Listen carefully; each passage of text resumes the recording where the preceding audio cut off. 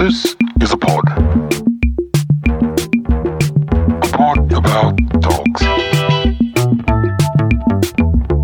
Healthy dogs. It's the Healthy Dog Pod.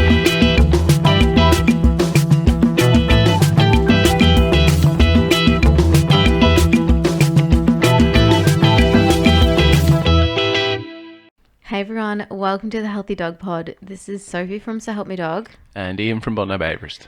And welcome to episode 1. Ooh, this is, like we say, the Healthy Dog Pod. This is something me and you have been working on since the beginning of the year. Yeah. And something we both actually wanted to do. We thought, we see a lot of people, we see a lot of, we work with a lot of vets, a lot of dog groomers, dog walkers, and really wanted to just give the public an opportunity to hear some free information that can really help them with their pet dogs. Yeah, I think Dr. Google out there has a lot of different opinions. Lots and lots of information out there, very hard to filter through it. And you know what, we're adding to that, I suppose. Yeah, but the information that we've collected is from a variety of different people and vets, and it's up to speed with the latest information out there. We try and keep up with our education. We try not to we try to take a wide range of opinions on board. Yeah. And really measure what we're saying. And at the end of the day, this is why we're bringing lots of guests in as well. Yeah, exactly. Which we have some super exciting people coming in. That's so right. In the first few weeks, it'll be mainly me and you just discussing what we are and who we do. No, let's not talk about that. Who we are and what we do. Yeah. And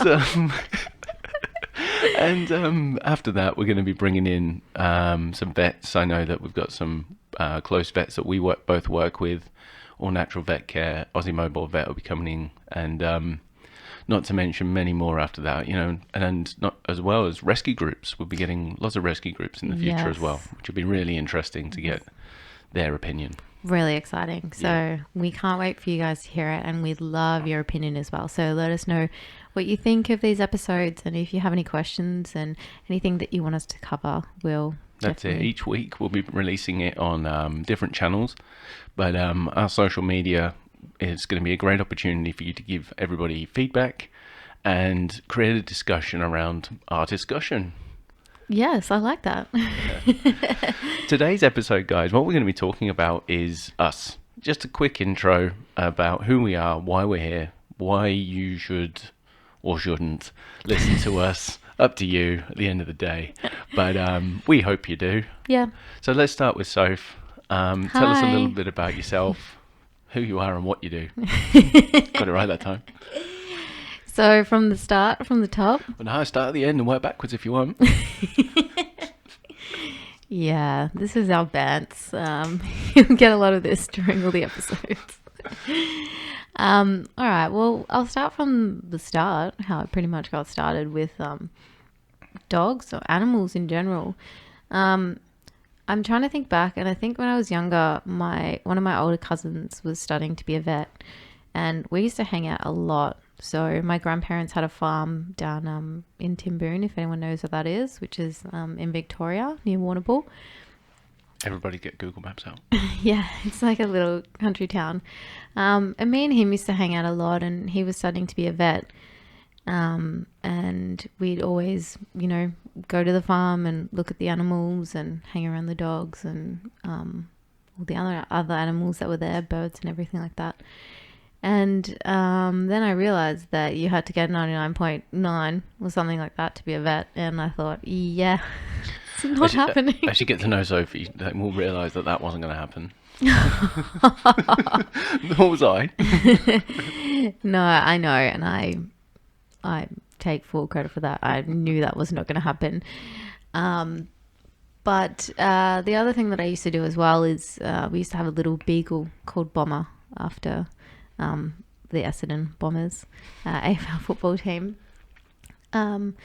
And what we used to do with him in the backyard is, have you watched Crufts before? You would have. It's in English. Very English thing. It's like an agility sort of competition. Show dogs. Show dogs. Agility is a really big part of that as well. Yeah. Yeah. So I think it was at my grandma's. We used to watch it on TV. And in the backyard, I used to set up brooms. And then, like, you know, the stick one where they like weave in and out of the sticks? Yeah. So broomsticks set up in the garden. Yeah. And you're trying to get the dogs to weave in To and weave out. in and out. And like, he was a beagle and he was pretty fat, thinking of it now. Pretty wide sticks. Yeah. But we used to time him, me and my little sister. We used to stand there and like time and be like, nah, Bomber, you got to get a better time. Like 25 seconds. You're not going to make it into cross. It's only 3 sticks, mate. But he'd get food at the end. So, you know, that was very motivating for him. But sometimes we'd have to get him to do it again because he'd miss the jumps or like not weave properly. I love the way you're thinking Bomber missed the jumps. Like, not you. No, I know, no right? responsibility yourself. I know. And then from there, we had a variety of dogs at home. So we had a blue heeler called Bessie, then Bomber the Beagle, and then we had a rescue called Shadow.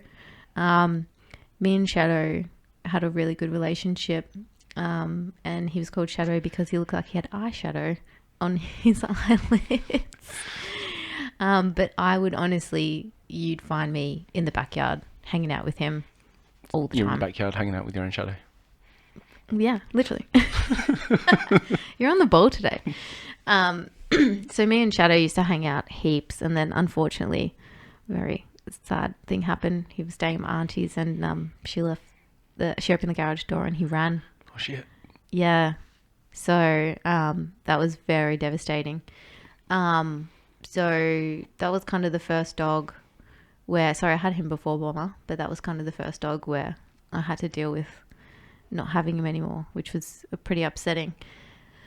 And then I got into medical research in Melbourne, and then my partner got a job in Sydney as an architect. So he flew to Sydney, and I was like, all right, I'll come. And I wasn't a very big person who liked change either. So I was like, well, Sydney, like, I don't even know anyone here. Go back to the one thing you loved in life, dogs. Yeah. So I moved to Sydney, decided, hey, let's start afresh. I've always, you know, wanted to try and work with dogs somehow. Oh no, I missed the thing. I used to work at Customs in the breeding facility in Melbourne. Oh, yeah. Before Yeah. you moved to Sydney. Before I moved to Sydney. So that was kind of the big thing where I really wanted to stay there, but so many people in that industry had been there for 30 years, and there was nowhere for me to sort of get No progression. in. Yeah. And I would speak to them and be like, how did you get in? Like, how are you still here? And they would be like, no one leaves. Everyone loves it. I was like, okay, cool. Sounds very Handmaid's Tale. Yeah, I was like, okay. So that was really, really fun. I had some really good times there and learned a lot about dogs there. So they were all Labradors, and they were all lovely. And we even got a Labrador ourselves so you bring them up as a puppy. Oh, cool. Yeah, so we had Blaze, her name was, and she was like a white, sort of like, not that goldy colour, the white colour, Labrador. And she was beautiful. She failed, though, her customs. Another Bomber. Yeah. Well, she and Bomber, so if they fail their customs, you get an option to keep them if you fostered them. But Bomber was kind of like... no, he was like 10 and she was 1. I've already taught you everything I know. So he was like 10 and she was 1, and Mum's like, it's not fair to have her around Bomber, like she annoys him sometimes. And he had arthritis, so he couldn't run around either with her, and she would be She's a an idiot. Labrador. She'll probably get it in 2 years anyway. Well, she didn't. Anyway, I don't know where she is now, but she was beautiful. So yeah, that sort of got me into the industry, being like, wow, this is like what I want to do. So when I moved to Sydney, I started afresh, did the National Dog Training Federation course. I think that was in 2015. And I remember on the second day, I called my mum and I was crying. And I said, Mum, this is what I'm meant to do. Like, because I think when I finished year 12, I took a gap year. And there was just this whole year, and I still had no idea what I wanted to do. Like, I went and saw people, what do you call them when you go and see someone to like a careers advisor. Careers advisor, yeah. No idea. Like, they couldn't even give me an option because I was just like, I don't know what I want to do. So I was like, started fresh, study this course, called my mum, cried to her and was like, this is what I meant to do. And then I kind of jumped headfirst into the industry, which was difficult, but I just thought, I'm going to do it. What do you mean? You set up your own business straight away?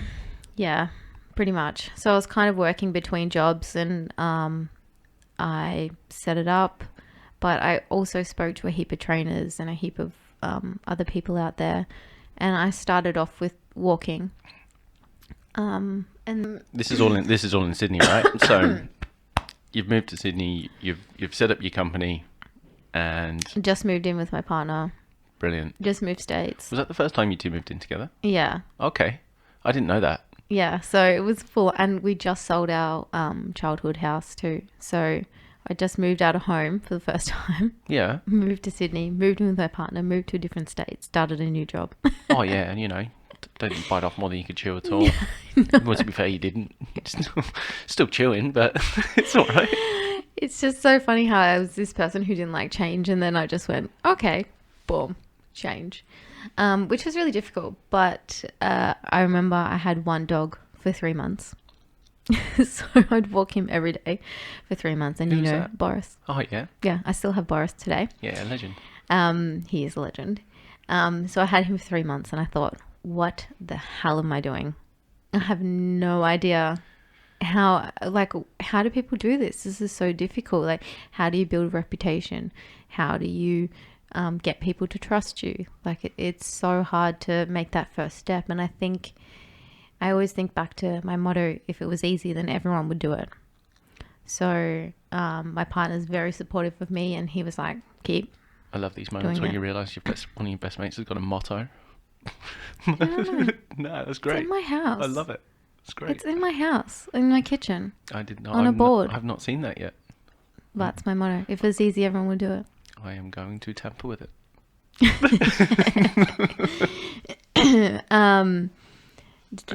Yeah, so I slowly built up, but it took a few years, and it's a lot of hard work running your own business. And I remember calling my dad, because he's run his own plumbing business for about 30 years. I was like, Dad, what the hell do I do?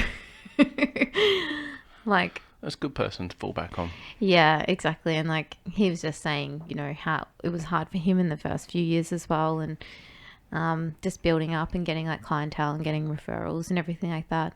But then I started reaching out to different trainers. I sat in on a few puppy schools. I spoke to a few trainers from NDTF course, and also other people that have started their own business as well. And I think that's the most important thing to do, is networking out there. And I sort of thought when I first started, people would be like, get out of my area. Why are you here? We don't need another dog trainer. And then Becky from Pawsome actually reached out to me. I liked some netball post or something, and she was like, hey, I see you're a dog walker. Let's go for a walk together. And I was so nervous because I didn't know if she would be like, I'd go for the walk and she'd be like, what are you doing here? Turf wars. Total opposite. She is the best. Love Becky. And then I just said, I want to get into more training, but I don't really know what the next steps are. And then she said, oh, reach out to Ian from Bondi Behaviourist. And I was from Bondi. Oh, not from Bondi. I lived in Bondi. And I thought, Bondi Behaviourist? Oh my God, he's going to be like, go away. I don't know why I thought everyone was against me. But, yeah, so I reached out to Ian, and I remember emailing you and just being like, hey, started my business, blah, blah, blah. I don't really know what I said, but let's meet up for a coffee. So we met up for a coffee. Yeah. And 4 hours later, we ended up at the pub and still drinking and talking about dogs. And then pretty much now we are here, and you've really taken me under your wing, mentored me, and also introduced me to other trainers and walkers in the area as well. And there's a really nice community out there that we have at the moment with everyone, be able to refer to people that we trust, because in the end, it's an unregulated industry, and there's so many people that can call themselves a dog trainer or dog walker, but they actually don't have the skill set to be doing that job. So It's true. Yeah. And that's it. We have got a nice support network these days. I remember one of my mentors years ago. She jokingly, but not that jokingly, said, "There's only one thing that two dog trainers are going to agree on: is that the third one's wrong." So we can't wait for all that feedback. But no, we know it's coming. But you know, we have got a lovely support group, and we've got a really nice group of friends. You know, within the industry, other trainers, we lean on each other. We know that we've got different strengths and weaknesses, and you know, and different perspectives. Well, a lot of us are all self-employed as well. So we do not just lean on each other for advice with dogs, but within, you know, how to run a bloody business. We got into this because we like dogs. Yeah, oh, exactly. Shit, I'm running a company.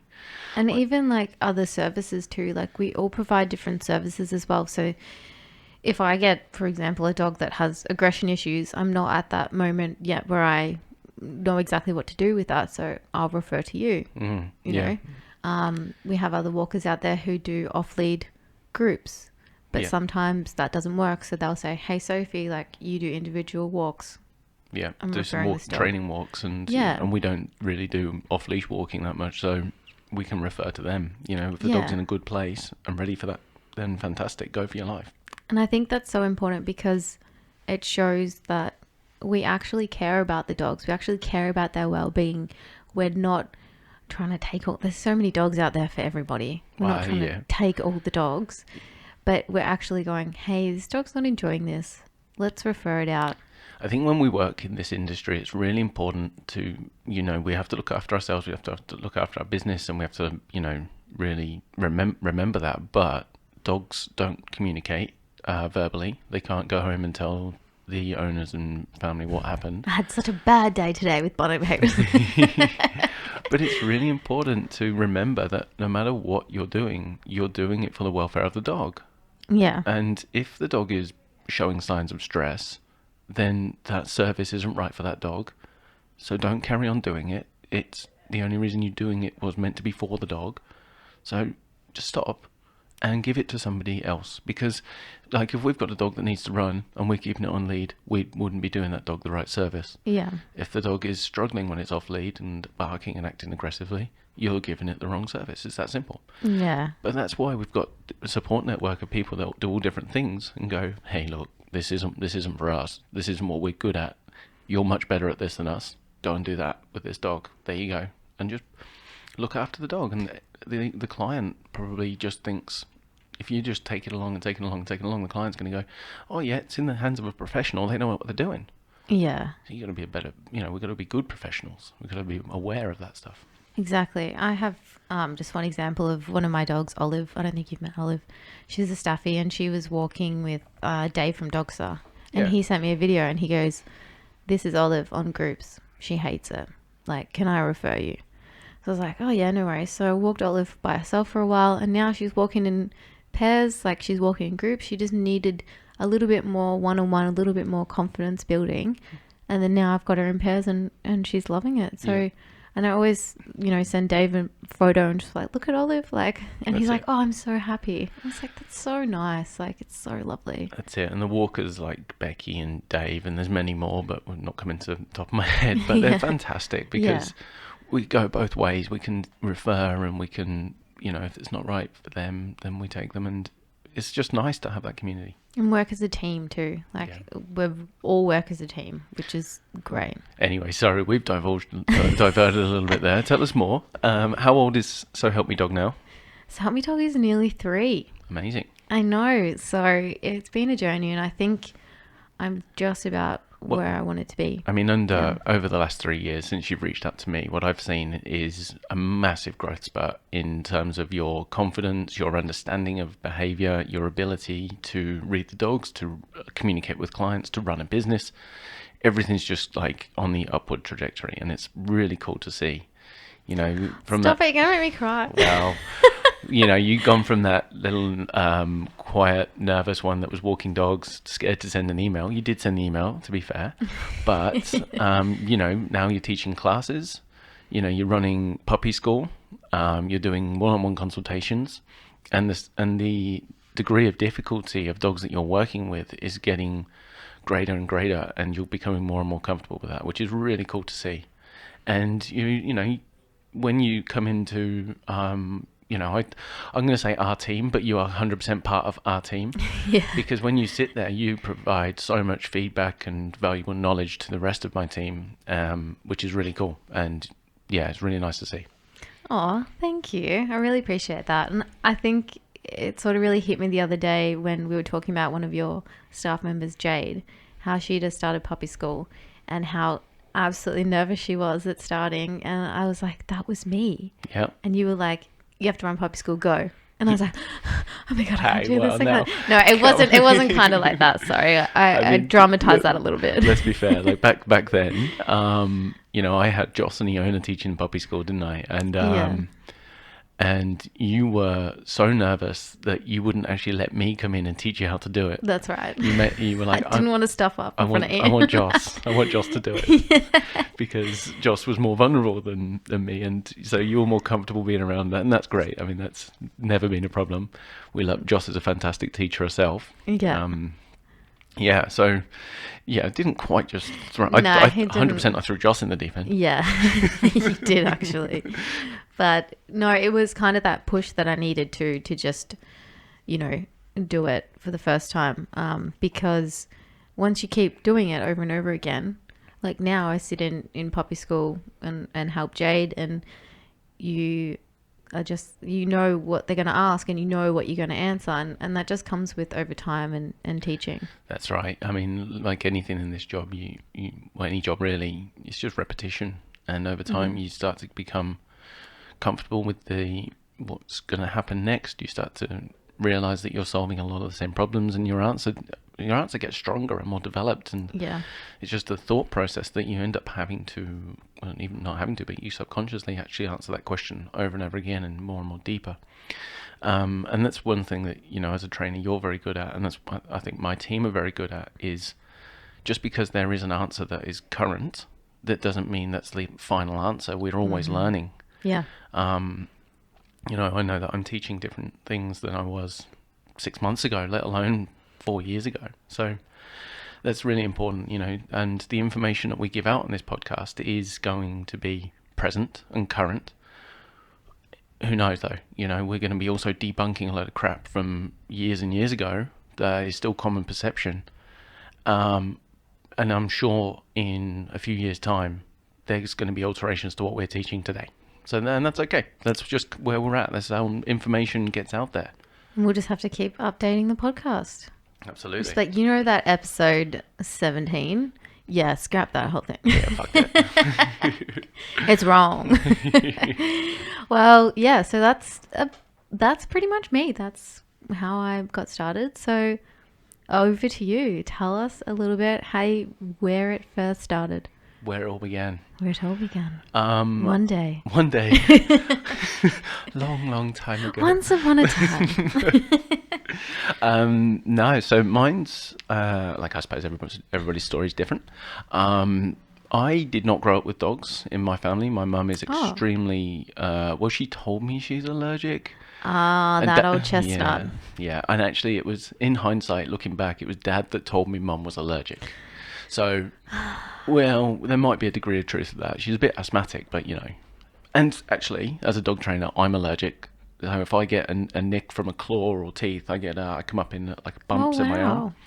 So I didn't know that. But my nan and granddad had dogs, and big German shepherds. They were awesome. But my first dog was Lola, a little spaniel. Well, not little. She was a spaniel. We think maybe some pointer in there as well. We got her from, me and an ex-partner got her from a rescue group, Wood Green Animal Shelter in England. Oh, yeah. At 7 months old, and she was batshit crazy. Beautiful dog, but really friendly, loved people, loved dogs, loved every animal going, but never stopped moving, ever, and had extreme separation issues. I tried for 3 years, just like, thinking I knew what I was doing. I would leave her in a part of the house, and what I realised was she was figured out to pull door handles down. She was super smart. And she'd get into a room and destroy everything in that room, and she cost me thousands. Had a great day. Oh yeah, destroyed everything. Yeah, it was better than mine when I got home. I know that. And I was like, I'm smarter than you. I'll turn the door handles upside down. She figured out to push them up. I'm like, I'm smarter than you. I'll put roll handles on. She figured out to roll them. I'm like, I'm smarter than you. I'll take her to work. And she figured out to open my van. And one day I'm on the building site, because back home in England I was an electrician. Oh yeah. And I was literally just chasing in some sockets into the wall. And the dog just appeared next to me. I'm like, what the fuck are you doing here? So I looked around the site and I was like, guys, who let the dog out of the van? No one. She figured it out. We put the camera in there, and sure enough, she's opening doors. So at this point, I'm like, I need to train my dog. I mean, my dog can open doors. Someone help me. She's clearly smarter than me.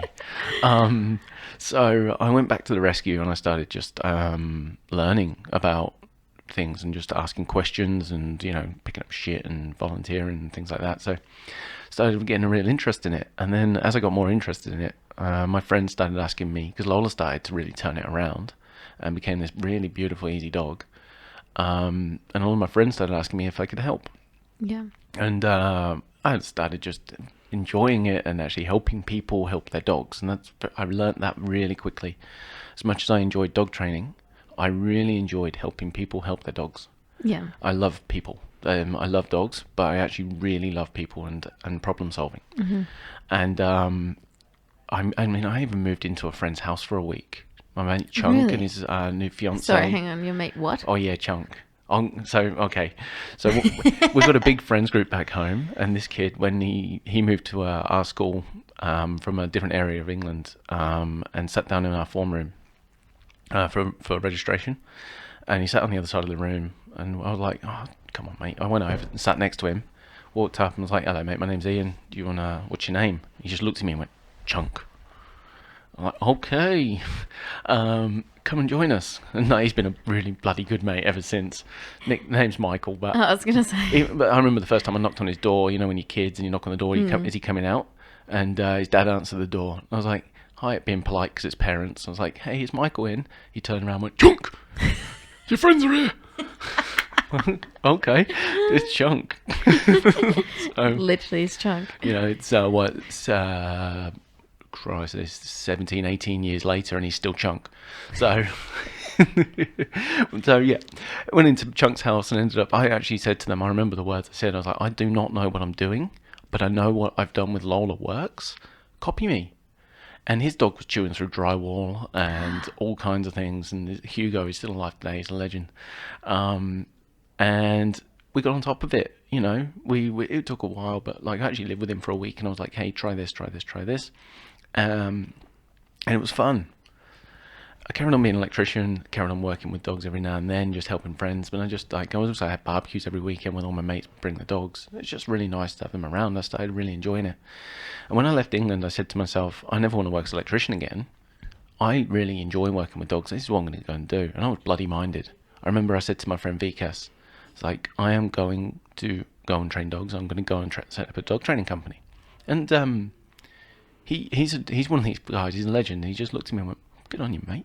Because I reckon a lot of people back home, they'd just laugh me out the door.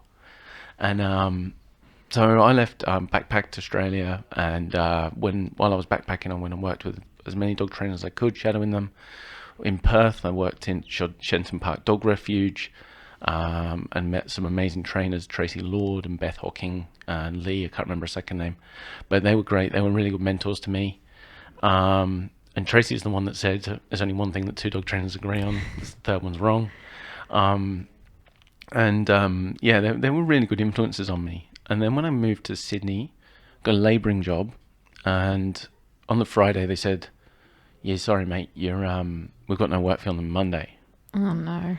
So I had $240 odd in my life, and instead of paying rent, I bought business cards and went around all the Bondi and put business cards in and set up Bondi Behaviourist. And I just dipped my toe in the market. I was still backpacking really, but I was just like, have a look. And then I started doing the odd job. forced to move home to England because my visa ran out. And then while I was away, I started studying. And then when I came back, I was like, I'm just going to give it a red hot go. I got given some really fortunate circumstances. One of my old clients let me house sit and dog sit for him for 10 months. So it meant I had 10 months of rent free and a car. But without that, I'd have been absolutely screwed. And still to this day, that dog was the craziest dog I've ever worked with. Oh my gosh, tell me. Well, Jack the cattle dog, he would bite on he had a fight response to everybody and everything he saw. If he was in the house alone, or even, to be honest, when the owner was there before I moved in, he spent every living minute hiding underneath the desk upstairs in the office. And that was his only safe place in his life. Pardon me. And when he came out of that, he was in a fight response. And we're going to go into aggression there in the future, but at the end of the day, this dog was extremely stressed. When I moved, like I said, when I moved in, he was in that frame of mind. By the time I moved out, we were able to have him milling around the house like a puppy when it was just me and my partner. He was a beautiful natured dog in the end. Like when you make him feel safe and comfortable, and we'll go into this in the future as well, but when you make them feel safe and comfortable, they are fantastic. When we had guests over, he had a safe place. We put him in the crate. He had something to chew, and we could never really have guests over and him roaming around. He was a danger to himself and others. And if we took him for a walk, he was on muzzle, on lead. But at the same time, he was happy. That was his life. It wasn't a big life. It wasn't expansive. But my goal was to give him a world that he felt safe in. Yeah. And I really learned a lot about, respecting the individual dog in doing this, because there is no right way to own a dog. Yeah. You listen to the dog. If he communicates this is stressful, then that's not for us to say it's not. And this dog was not just communicating this is stressful. He's having a panic attack. So we had to make his world small. But sure enough, like when his owner gets back, lovely bloke, still a mate. But he goes, "Oh yeah, just give him a run, mate." I'm like, "No, don't run him." He's like, "No, I think he needs a run." I'm like, "Don't run him." Took him to Centennial Park, off lead, off muzzle, and whipping the ball around. And sure enough, 200 metres away, Ranger's car comes on, turns its purple lights on, and Jack tears off, starts biting the Ranger, and biting the tyres of the car. And I think the Ranger got bit 6 times, and that was the end of Jack. That was his second from last day, I think. And I went to the vets with him and with the owner, and really sad day. Still shit, to be honest, still shit to this day. But it got that, like I say, anyway, that circumstance taught me a lot. Yeah. Allowed me to set up my business properly, formally. And along the way now, I mean, that was over 4 years ago in Sydney, and we have grown and grown and grown. I've met some amazing people on the way. I work with vets all over Australia now. And I've got a fantastic team. Jocelyn and Joe, Iona, yourself, Jade now, and Jen, and probably more, as time goes on. And they're just fantastic people. They're all really cool dog trainers, but at the end of the day, they're passionate. And I believe that anybody that gets into this industry does it out of love, not out of money. There's not a heap of money in it, but they're passionate about something. And so my goal with my team is to figure out what they're passionate about and give them a role that allows them to live what they're passionate about. Not everybody wants to own a company and run a company. And there's a lot of positions, a lot of people in this industry that it's scary to go and work with dogs because there's not enough opportunities out there without running your own company.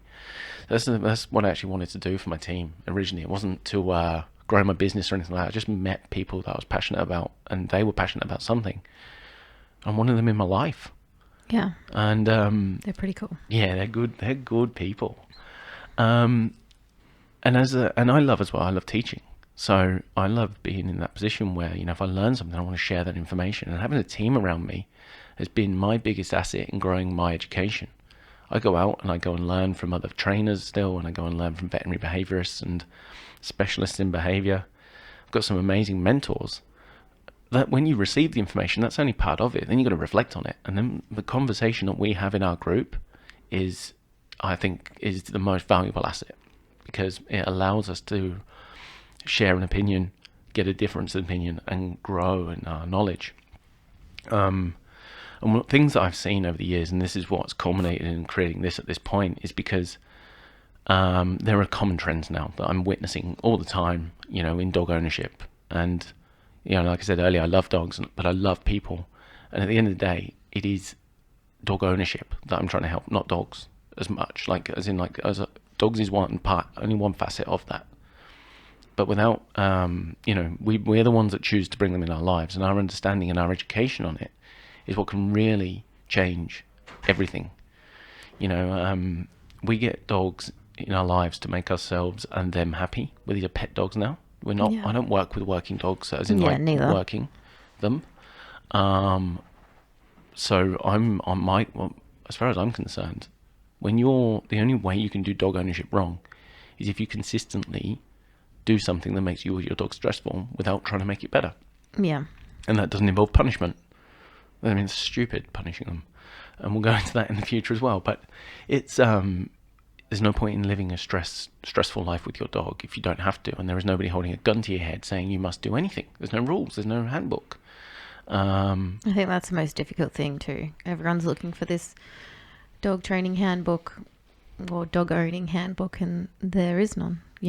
Every dog's different. Every dog's an individual, and you have to look at the dog and go, okay, what's best for this particular dog? That's right. One of the things we'll talk about in a lot of depth in the future is understand what you want from your dog, and it's okay to want what you want from your dog. My dog serves a very specific role in my life. He is my chill out buddy, and I don't want a dog that runs around. I loved Lola, but Christ, she was hard work for me because my tolerance level of that was low. Now, I didn't get to choose that, my tolerance. I didn't get to choose my tolerance level. So nowadays, I've got a really low energy dog that sits in, low, and he's actually on herbs to boost his energy. But he sits with me in pubs and cafes and comes to my friends' houses and sits on the sofa with me. He is my dream dog because I was actually conscious of what I wanted before I got him. Yeah. The other side of dog ownership is listen to your dog. If he's communicating, he's stressful. Again, I don't get to choose my tolerance levels as much as your dog doesn't get to choose theirs.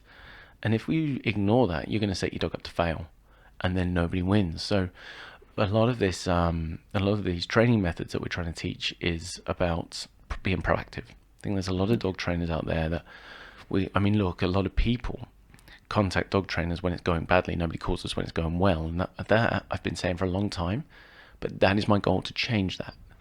Because if we can look at health proactively and as preventative care, I think we'd put ourselves out the job, but the world would be a better place. Yeah, definitely. And I just want to touch back too on sort of when you first get into this industry. I think what you were saying about people, how you love people as well. When I first started, I thought dog training was sit, stay, come. Yeah, And it's totally not that. And a lot of people get into this industry thinking, I get to play with all these dogs and I get to do this and do that with all the dogs. But it's actually, you're dealing with people, and you need to have great communication skills with the people and as well as the dogs. But you're communicating with the people on how to understand their dog, which I think that's a really, really important point for everybody. You need that empathy towards their situation. Yeah. You need to be a good dog trainer to be able to communicate with the dogs.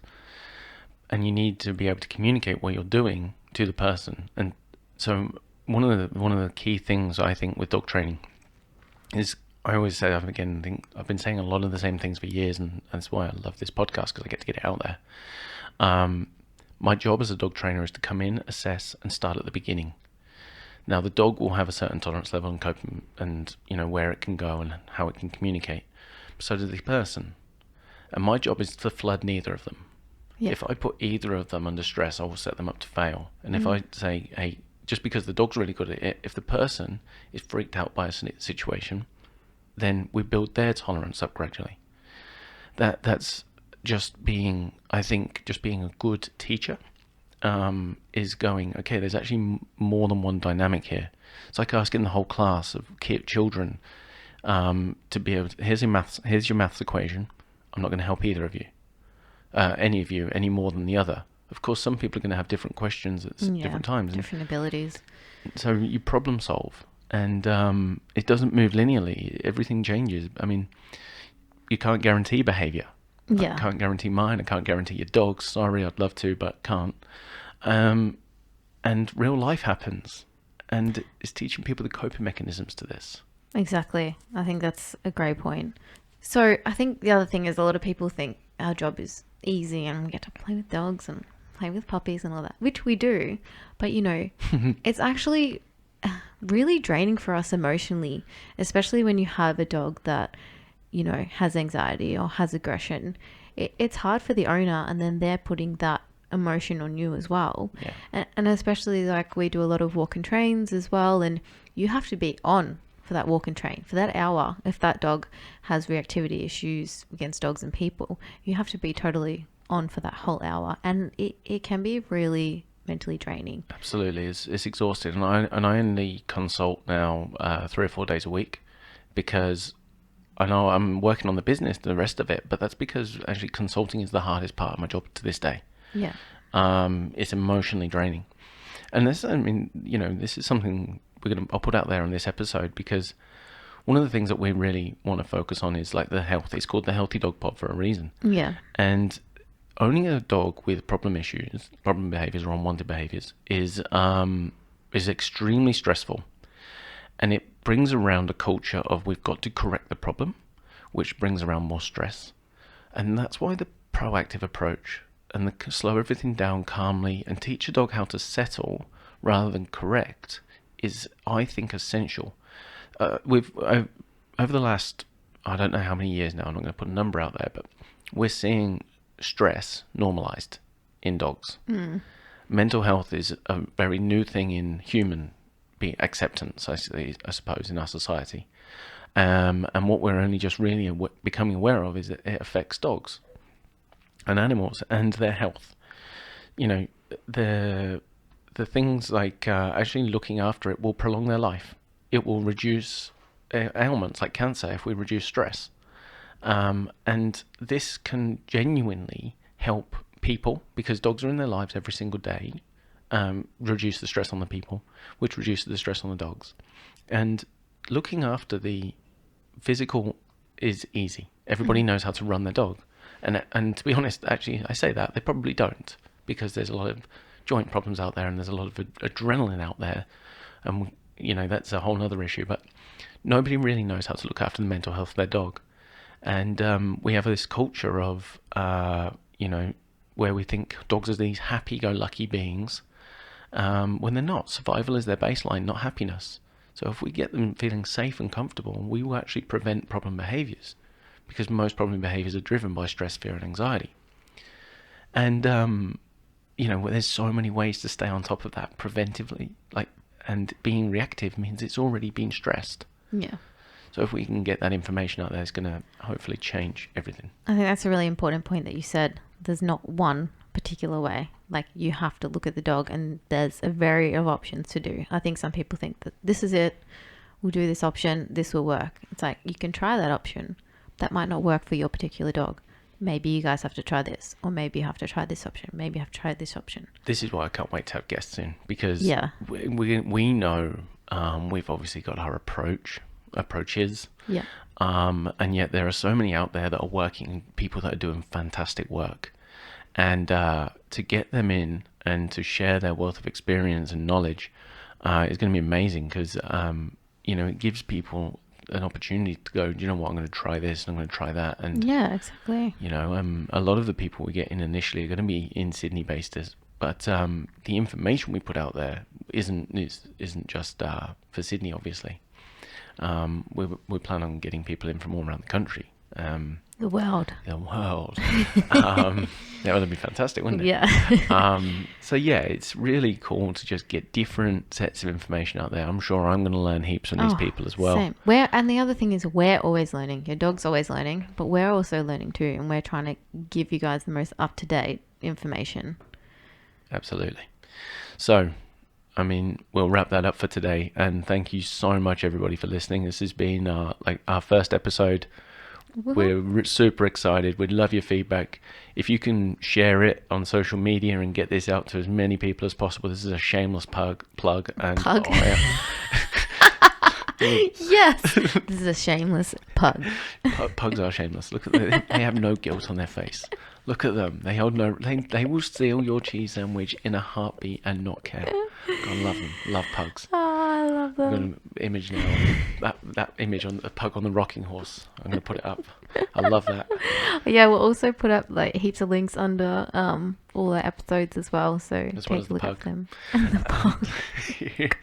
No, thank you so much, guys. Thank you. Can't wait. Tune in to our next episode, and remember, a healthy dog's a happy dog. Whoa. And that